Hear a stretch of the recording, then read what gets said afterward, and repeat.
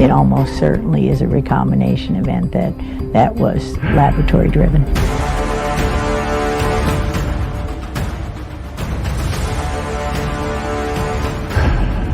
This is just the essential nature of Chinese communism. Chinese communism is evil. Every person it harms is directly attributable to the Chinese Communist Party.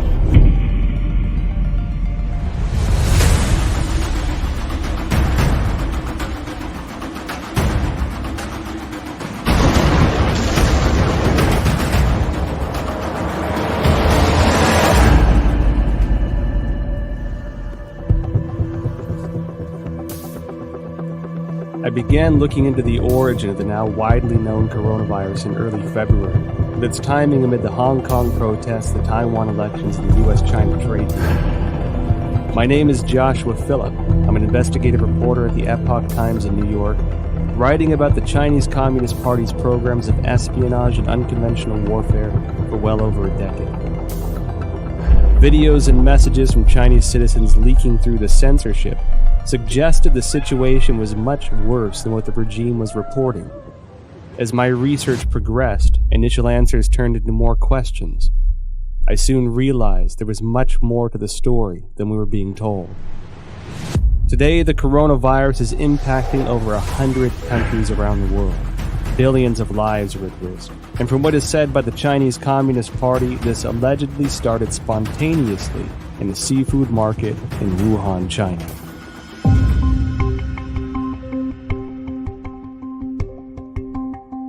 Wuhan is the capital of Hubei province, the largest city in central China.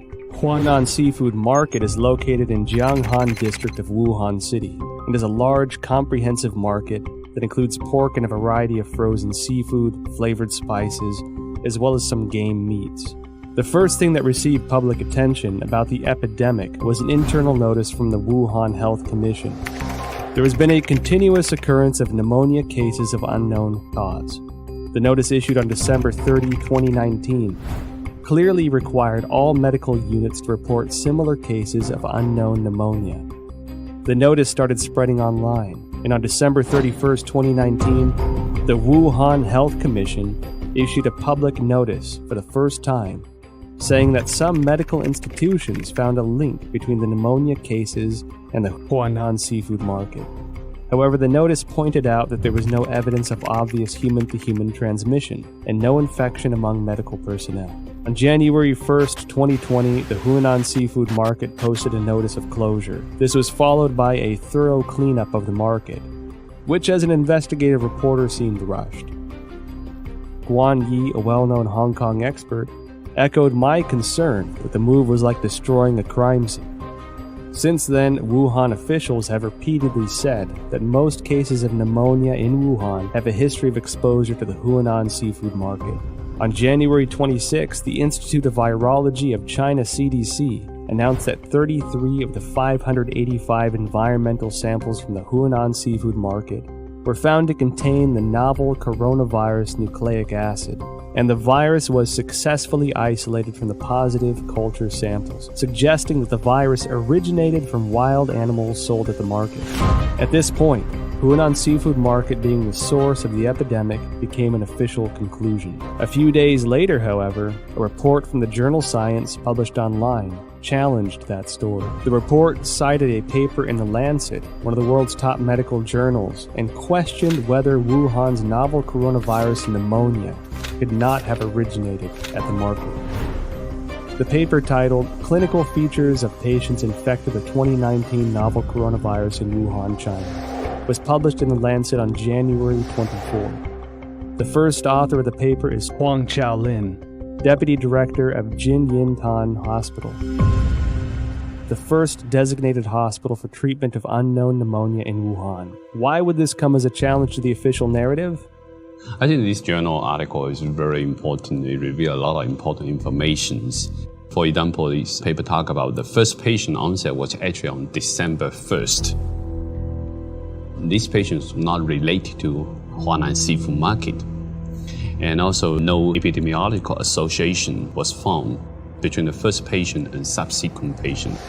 And then also on this paper, it talk about on December 10th, there were 3 more onset cases, 2 of which were not related to Huanan seafood market wholesale. Major discovery is that a total of 41 patients were counted in this paper, and 14 of them proved to be unrelated to the seafood market, accounting for more than 1/3. No one sells bed at the seafood market too, and the official from CDC didn't mention they find any beds in the seafood market too. Certainly the Lancet paper showing that supposed patient 0 was nowhere near the market. Secondly, that there are no bats in the seafood market or anywhere close. The idea of the spread so fast through a population, just the way it was said through the seafood market, is highly unlikely and improbable. On January 29th, the Lancet republished an analysis of 99 confirmed cases at Jinyintan Hospital, of which 50 had no history of exposure to the seafood market. According to the New England Journal, of the 425 cases confirmed, 45 cases onset before January 1st had no history of exposure to the seafood market. Notably, the authors of the 2 Lancet papers in the New England Journal of Medicine are doctors and medical experts in mainland China.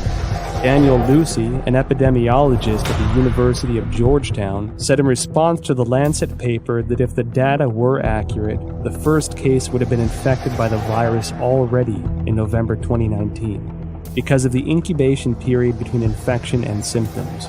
This would mean that the virus was quietly spreading between people in some parts of Wuhan before the cluster of cases with a history of exposure to Huanan seafood market began on December 15. The first expert group from the National Health Commission arrived in Wuhan as early as December 31st, 2019. The expert panel established a set of diagnostic criteria after investigating Jinyintan Hospital of Wuhan that stipulated a history of contact with Huanan seafood market, the person having a fever, and displaying the whole genome sequence. All 3 standards have to be met to confirm a case. This standard was used until a second group of experts, including Zhang Nanshan, arrived in Wuhan on January 18th and made a revision. Why did the panel impose a history of seafood market exposure as a criteria of diagnosis, knowing that at least 1/3 of the cases were unrelated to the seafood market? They clearly know about 14 patients not related to Huanan seafood market at all. That clearly means another source of outbreak. I think somehow this could be a malfeasance or somewhat intentionally cover up some important source of infection. It can go a long way to covering up the actual source by imposing a false place and you're not looking at the actual victims. Then you're only allowed to find your keys under the light post. The numbers that we're getting from China about new infections and deaths are highly suspicious. We know that Beijing, for 6 weeks in December and January, suppressed information of the epidemic. And then when they officially acknowledged it on January 20, they then started a campaign of suppression of information. We know that because the central leading group that was announced on January 26 has a 9-person roster, and it's very heavy with propaganda officials. Indeed, the vice chairman of the group is the Communist Party's propaganda czar. It appears that the party's main goal here is suppression of information, controlling the narrative. That's more important to them than actually ending the epidemic. I was in China when SARS happened, and we were evacuated, and it was the exact same thing. There's no transparency. They tried as long as they could to cover it up until finally it was just like with the coronavirus, they could no longer cover it up, and then they proceeded to act. I mean, I think from my perception back then, their response to it is exactly the same.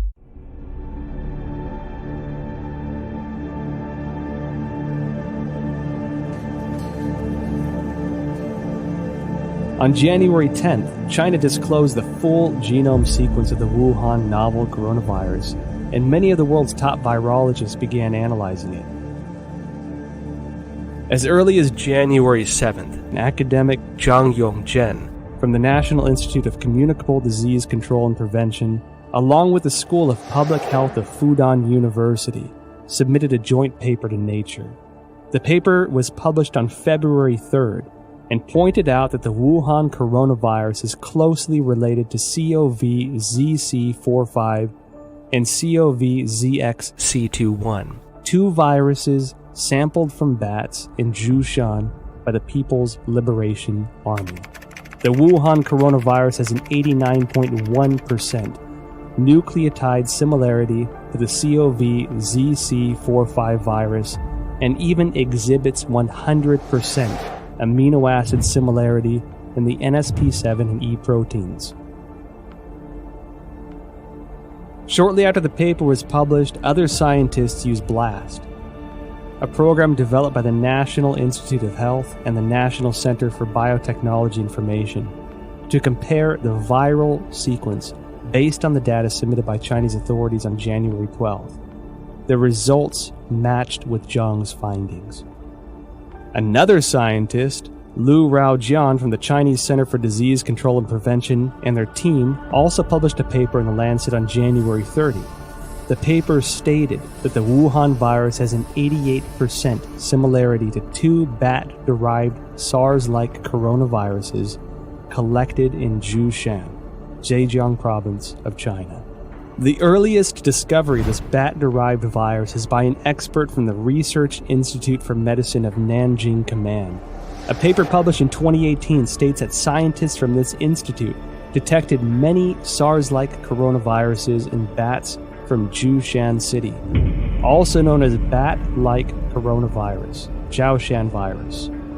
In short, scientists found the Wuhan coronavirus, the current pandemic, is highly similar to a bat SARS-like coronavirus previously discovered by the Nanjing Military Research Institute, showing 100% amino acid similarity in NSP7 and envelope protein, the E protein.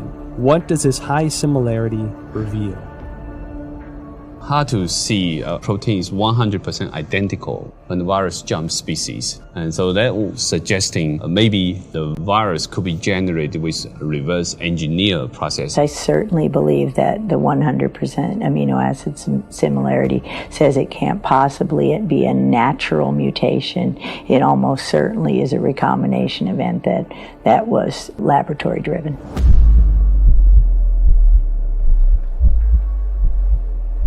On January 21st, researchers from the Institut Pasteur, Shanghai, Chinese Academy of Sciences published a paper in Science China Life Sciences that mentioned an important phenomenon. The sequence of a key part of S protein of Wuhan virus has high homology with the SARS virus. What are S proteins? In the well-known coronavirus picture, they are little mushrooms attached to the surface of the virus. These S proteins, also known as spine proteins or spike proteins, are the most important tool for the coronavirus to invade human cells. If we compare the receptor ACE2 on the cell surface of human bodies to a lock, this S protein is the key, which can unlock this lock on the cell surface and then invade into the cell to propagate and destroy it. That means virus now can infect human cell much easier. That's probably also one of the important reasons that contributing to multi-organ failure when people have a very severe disease. So it can spread out in the human body much faster. Well, the S proteins, the high similarity of the S proteins from SARS-1 to now SARS-2, that's your spike protein. That's the lock and key. That's going to be what drives it right through human cells. And so we know that's the pathogenic spike protein that for the original SARS. So now you're allowing that access to human tissues because the spike proteins of the natural evolutionary strains don't infect human cells at all. So that research has been going on at Wuhan and published since 2007. And clearly, if that spike protein from SARS weren't on the new COVID-19 or SARS-2, it wouldn't be able to enter human cells. So So again, this is evidence that it couldn't go through the Wuhan seafood market, because how did you get that spike protein off the original SARS from bats or any other way? It's lab-derived. Research into the virus genome sequence revealed many essential data points. According to a February 28 report in the South China Morning Post, the Shanghai P3 laboratory, which first shared the Wuhan coronavirus genome with the world, was ordered to close by authorities, impeding further research on the virus. Professor Zhang Yongzhen and his team, who published the genome sequence on January 11th, worked at this laboratory. According to a February 26 report on Caixin, Zhang Yongzhen's team isolated and completed the genome sequence of the previously unknown virus on January 5th. On the same day, the Shanghai Public Health Clinical Center reported the discovery to the National Health Commission and recommended prevention measures.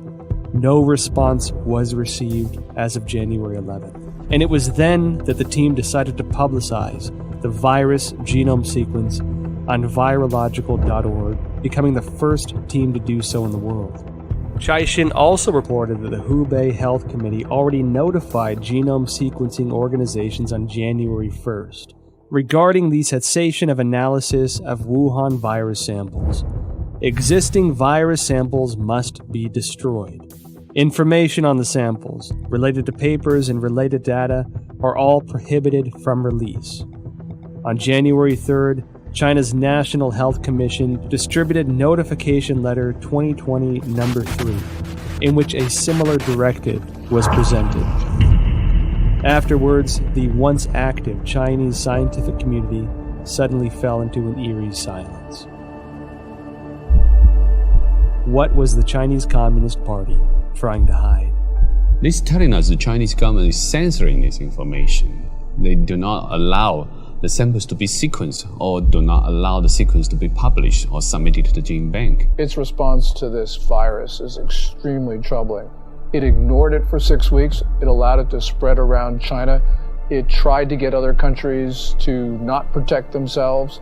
This is dangerous, irresponsible behavior, and it's endangered not only the Chinese people, but people around the world. There is no other way of looking at it. They are responsible for the continuation of this coronavirus. And every time it comes back, because it will come back, because it's going to be with us now permanently, it will come back, and every person that it kills, every person it harms, is directly attributable to the Chinese Communist Party.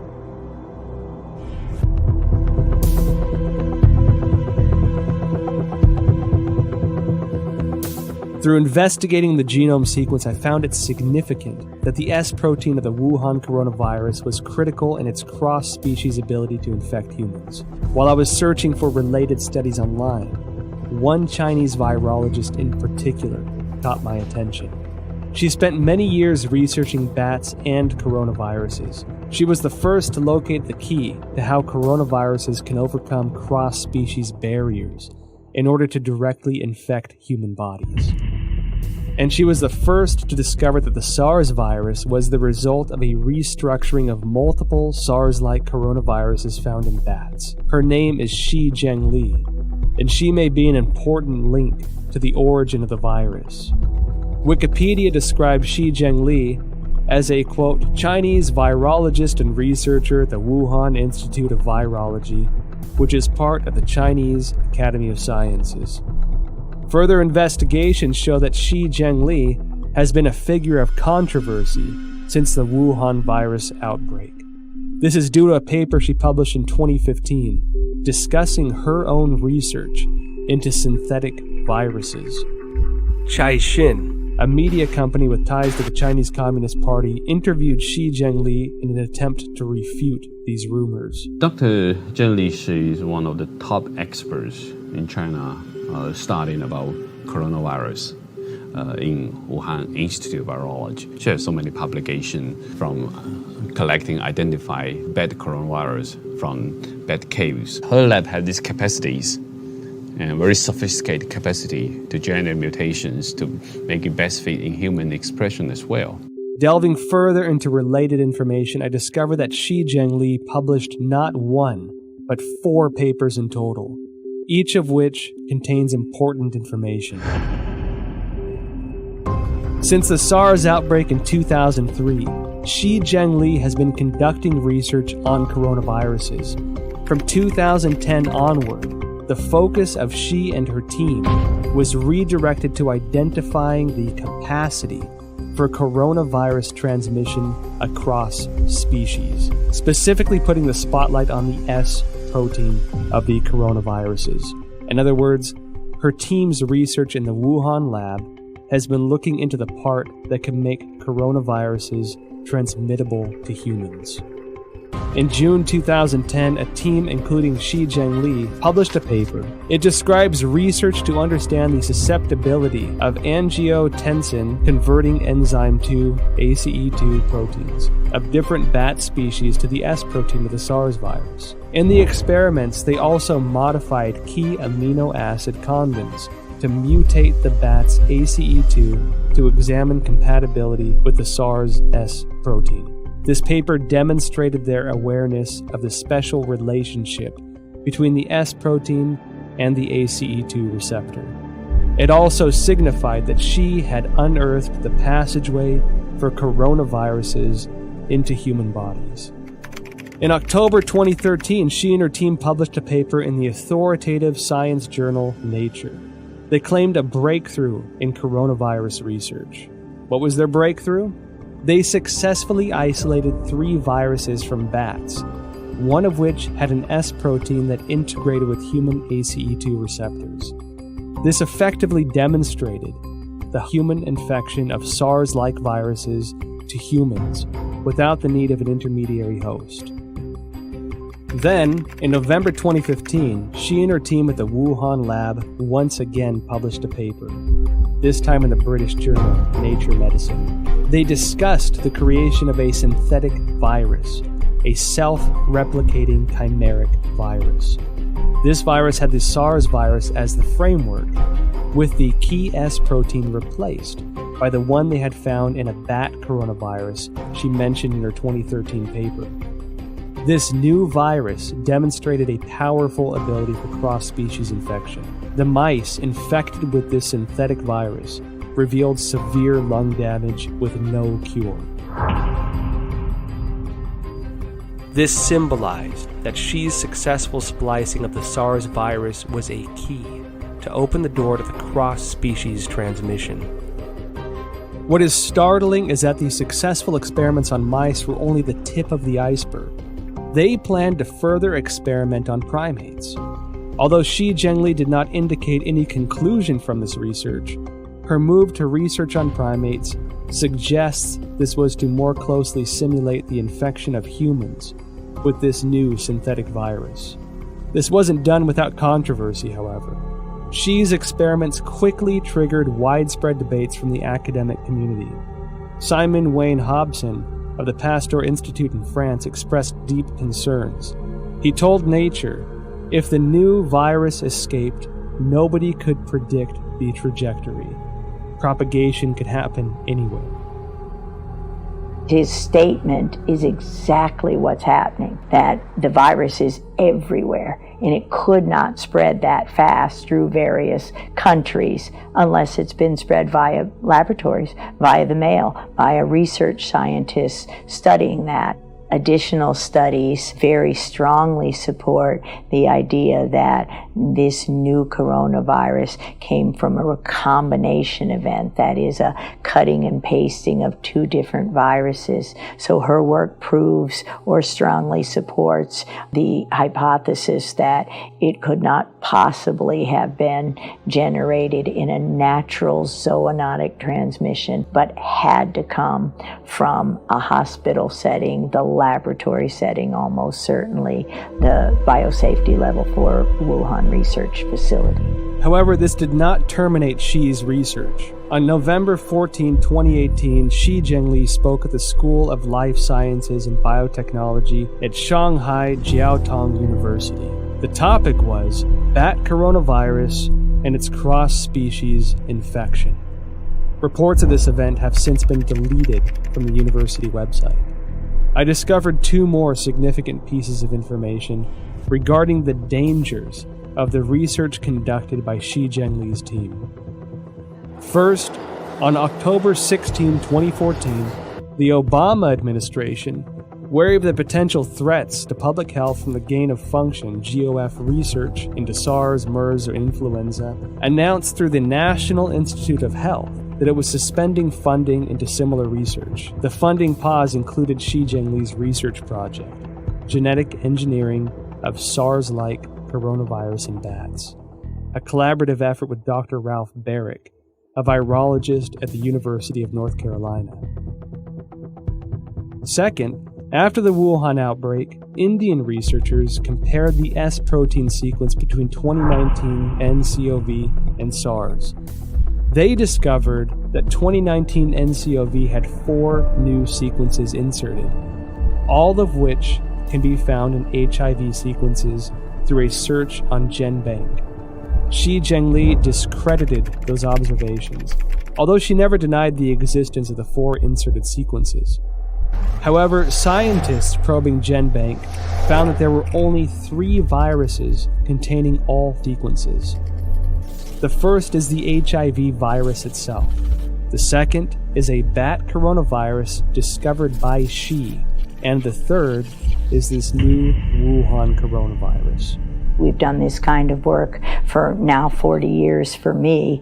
There's this sequence analysis and comparison of the virus of the SARS-2 COVID-19 apparently has genes that come from other human and other species, including some envelope, the GP41 from HIV. What is the HIV's GP41? The answer I found online describes GP41 as a protein of HIV that acts as the key to infecting human bodies, resulting in the functional failure of the immune system. If the discovery by Judy and her colleagues are established, it would mean that the infectious part of the Wuhan virus, the S protein, incorporated the sequence of the HIV key protein. This made me think of the immunodeficiency symptoms in people infected. They were doing research on a human transmittable coronavirus that was actually published in a paper. So this is research that they actually published. They were working on developing a coronavirus for the human host, which, leads you to question, why would you be creating a coronavirus that can infect humans? What would be the purpose of that research? Is it for a weapon? Is it so that you can then create a vaccine that you are the sole recipient of the profits from? The Chinese have full access to our databases. They have full access to all that research that comes out. They have full access to all our universities to train their scientists. And they have full access to our scientists, like was, with the recent indictment of the head of the chemistry department at Harvard.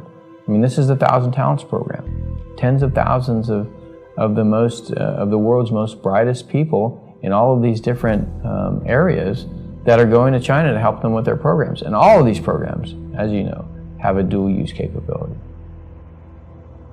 Beijing's attacks on the United States, which have occurred for weeks and weeks, are really worrying. What it shows is that China is desperate, and the United States needs to defend itself because China is propagating this narrative that we spread the coronavirus to China. So the United States needs to just come out with the facts about how China took coronavirus samples from Canada and the United States. They sent them to Wuhan. We don't know exactly what went on in that lab there at the Wuhan Institute of Virology, but it's time for the United States to defend itself.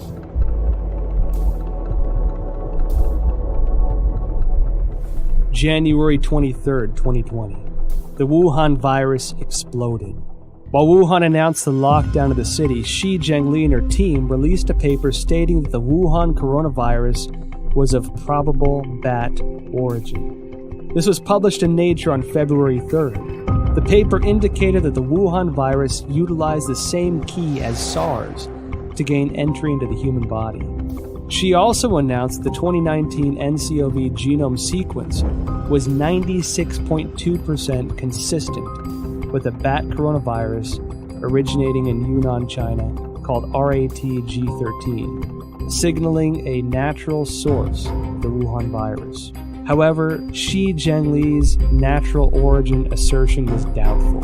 The outbreak occurred in Wuhan, the same location as the P4 laboratory where Shi was based. and which housed highly similar viruses.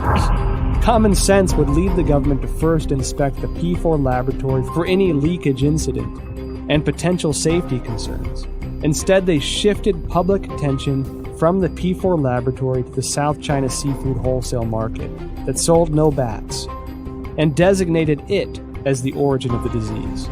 At the same time, authorities sealed off all virus samples, prevented international experts from joining the investigation, and used national television to slander doctors such as Li Wenliang, who disclosed the outbreak for spreading rumors. If the Wuhan virus indeed emerged naturally, why would the CCP need to censor relevant news or block investigations? Could the Wuhan P4 laboratory have its secrets? Virus samples and genome sequences may be the exact ingredients we need to find our answers. When I first heard of the coronavirus, I was deeply concerned.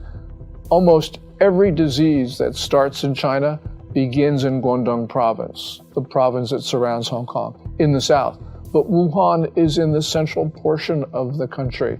And so this was extremely unusual. And the fact that it might have started close to the Wuhan Institute of Virology, the P4 biosafety lab, really was extremely troubling. It's not a conspiracy theory to think that the coronavirus came from the Wuhan lab. We don't know at this point.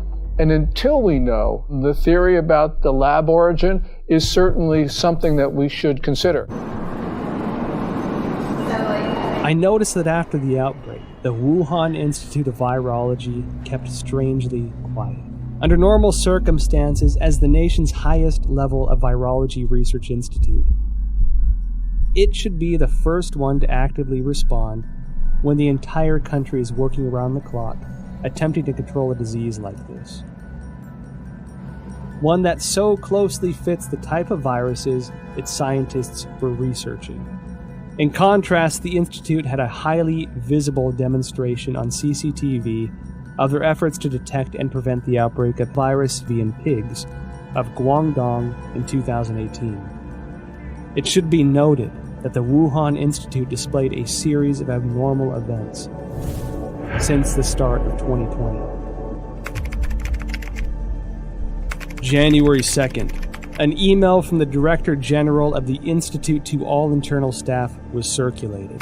The subject was Notice regarding the strict prohibition of disclosure of any information related to the Wuhan unknown pneumonia. National Health Commission clearly mandates that all detection, empirical data, results, and conclusions related to this outbreak cannot be published on self-media or social media, nor disclosed to any media, including state media, or collaborative organizations, including any technical services companies. January 21st, a new drug, remdesivir, provided for free by the United States to China for Wuhan coronavirus treatment, was preemptively patented by the Institute.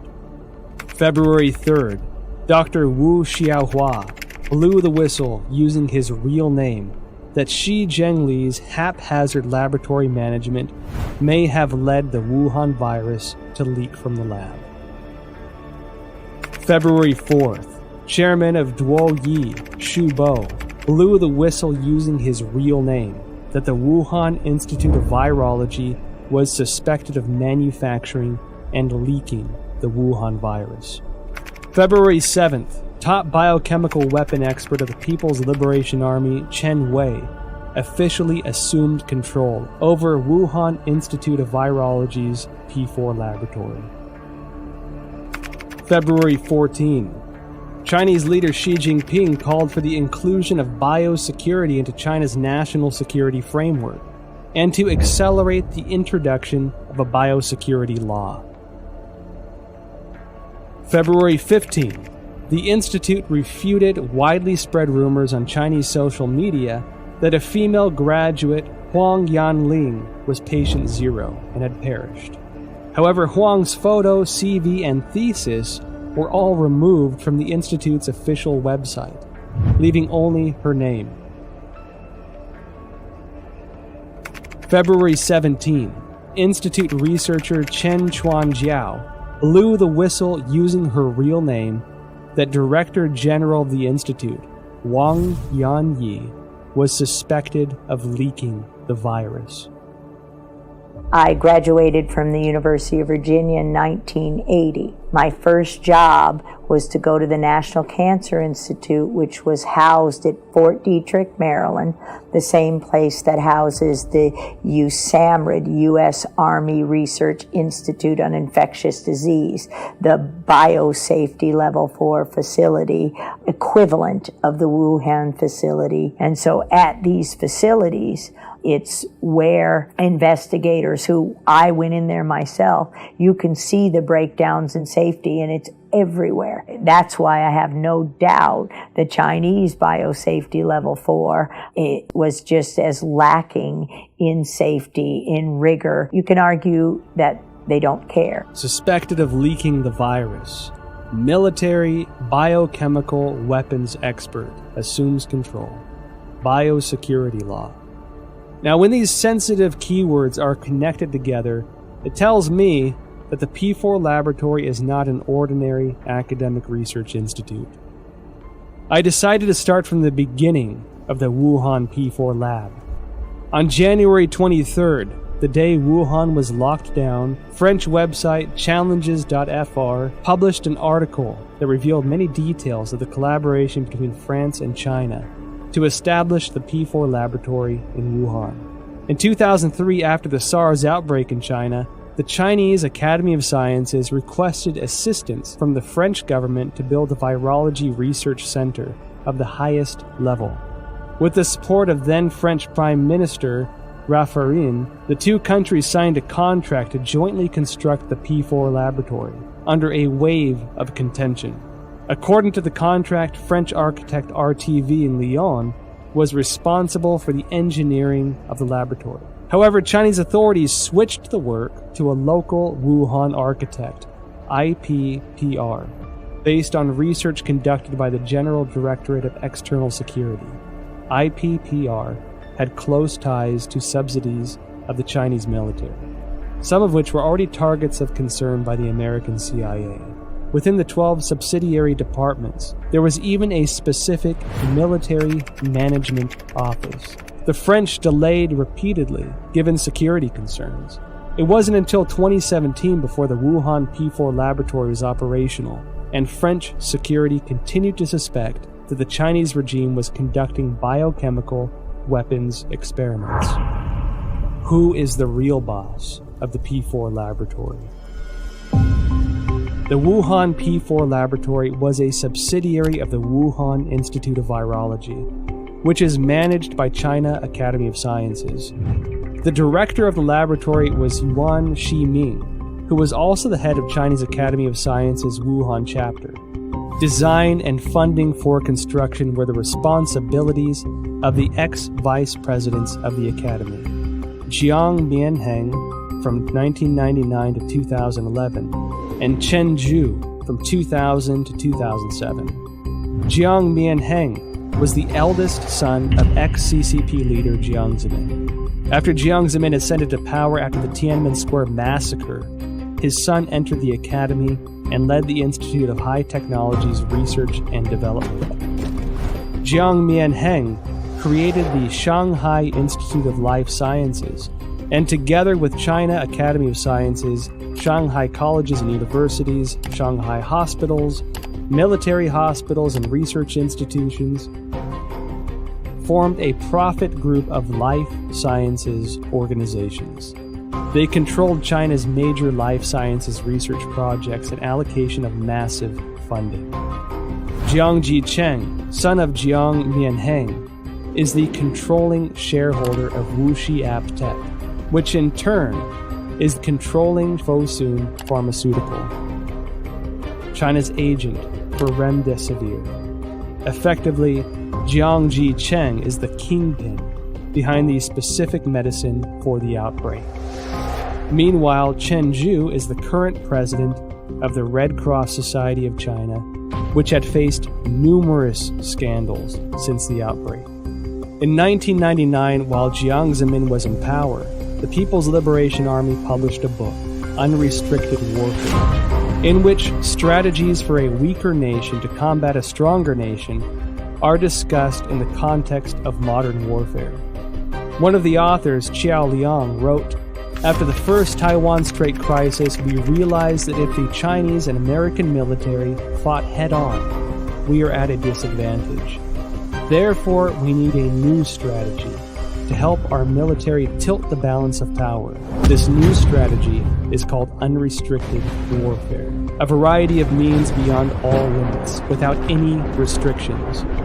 It could be military-related, including guerrilla warfare, terrorism, biochemical warfare, or it could be non-military related, such as drug trafficking, poisoning, environmental destruction, and computer virus dissemination."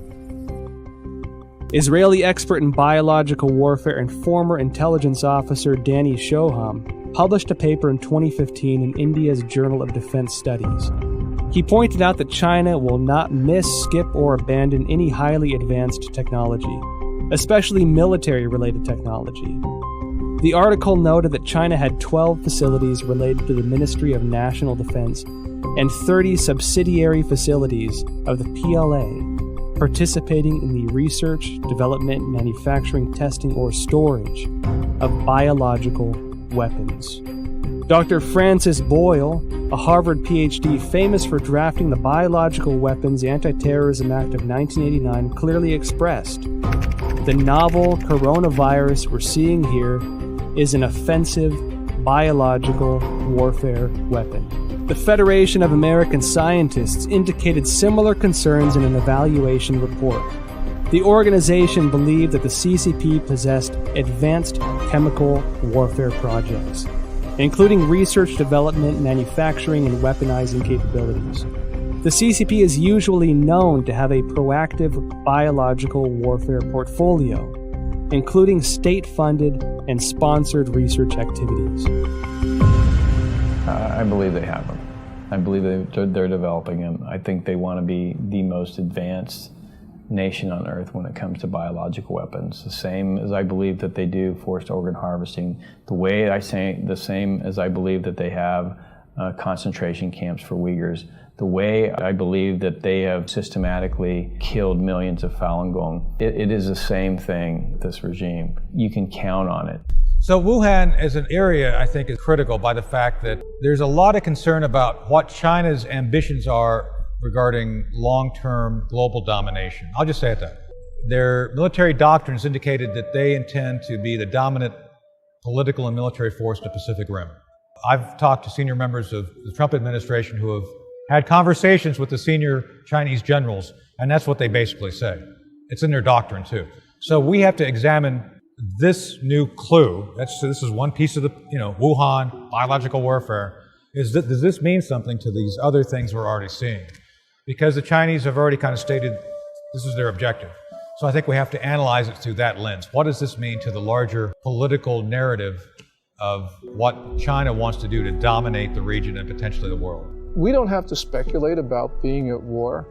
Last May, the Communist Party, through People's Daily, carried a piece which said that there was a quote-unquote people's war against the United States. They've declared war on us. We have to respond. There is a war. China's told us there.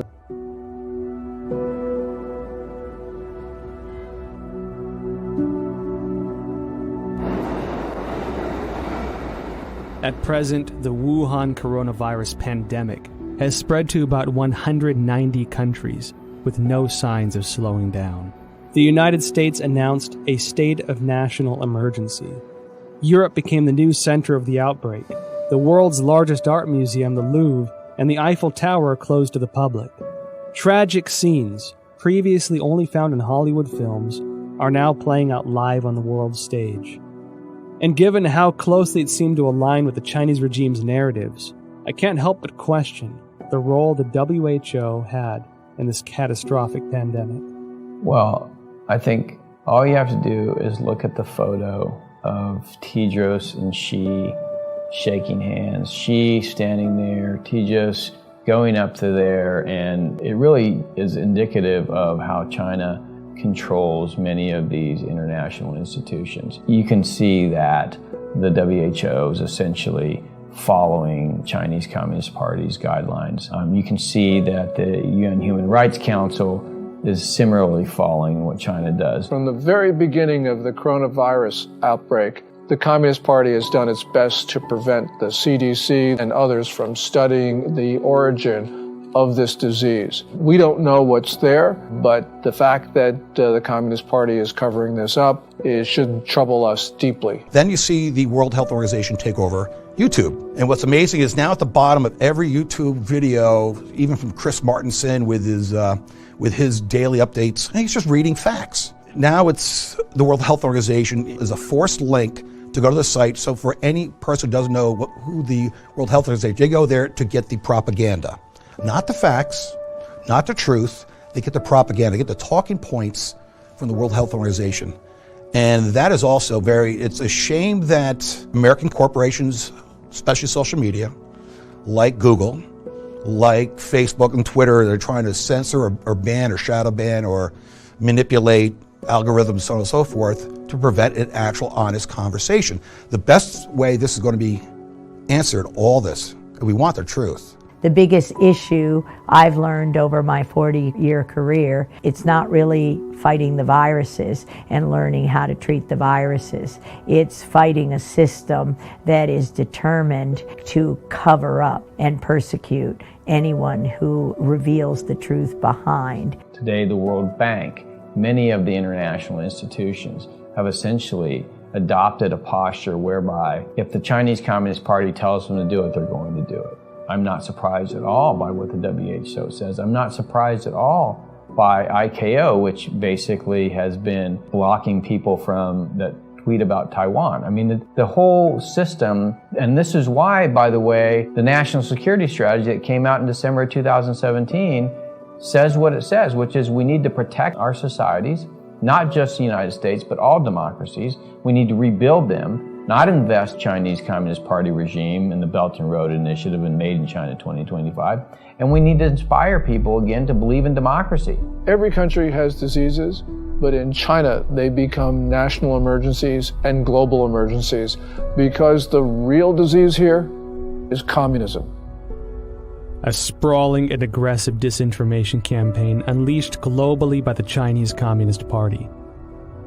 The propaganda push, which has escalated in recent weeks, aims primarily to deflect blame over the Chinese regime's botched handling of the Wuhan coronavirus, to sow discord internationally, and to portray the image that the regime has contained the outbreak.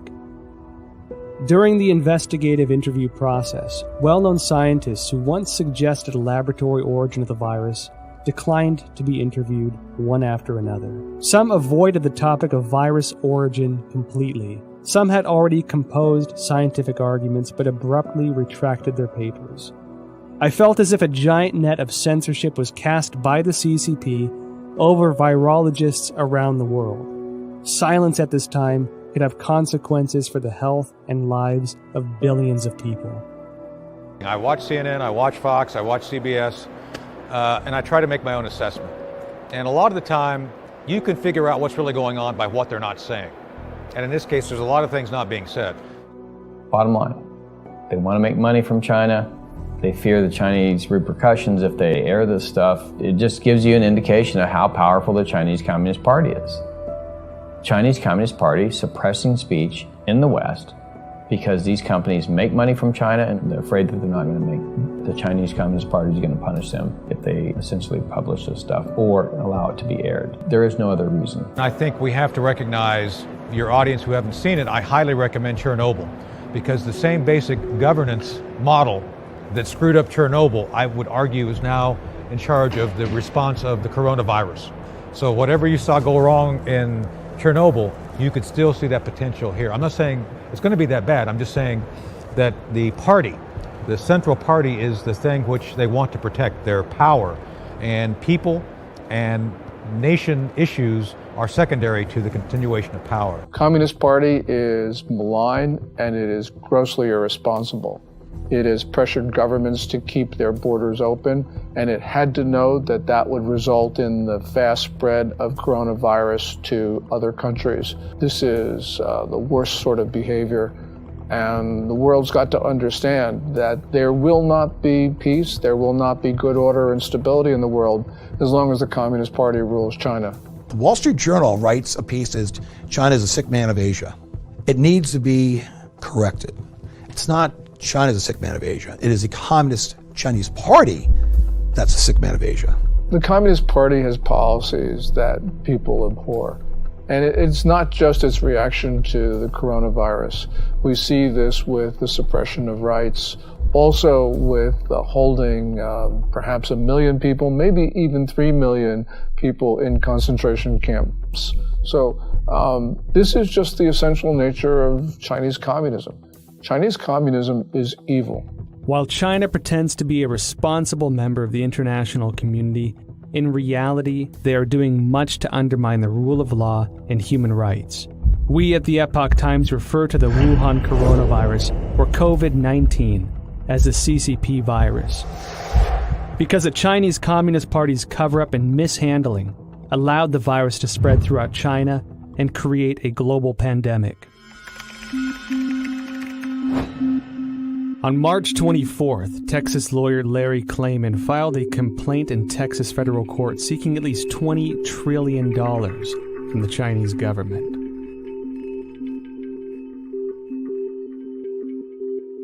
Klayman said in a statement, quote, "The Chinese people are a good people, but their government is not, and it must be made to pay dearly." On April 4th, the British think tank Henry Jackson Society advocated for compensation of £351 billion from the CCP to the UK, and that the government should pursue it through international courts. The same report called for a total compensation of £3.2 trillion to the G7 for the damages caused by the cover-up of the outbreak. On the same day, the All India Bar Association filed a complaint to the United Nations Human Rights Council, seeking an unspecified amount as reparations from China over the global spread of the coronavirus.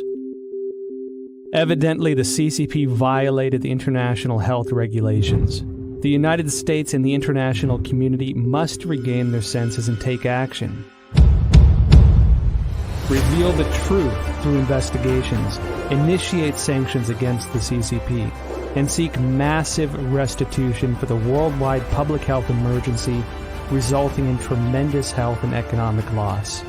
As the people of Taiwan and Hong Kong are insisting, only by trying to stay away from the CCP's invasion can we protect ourselves in this global disaster.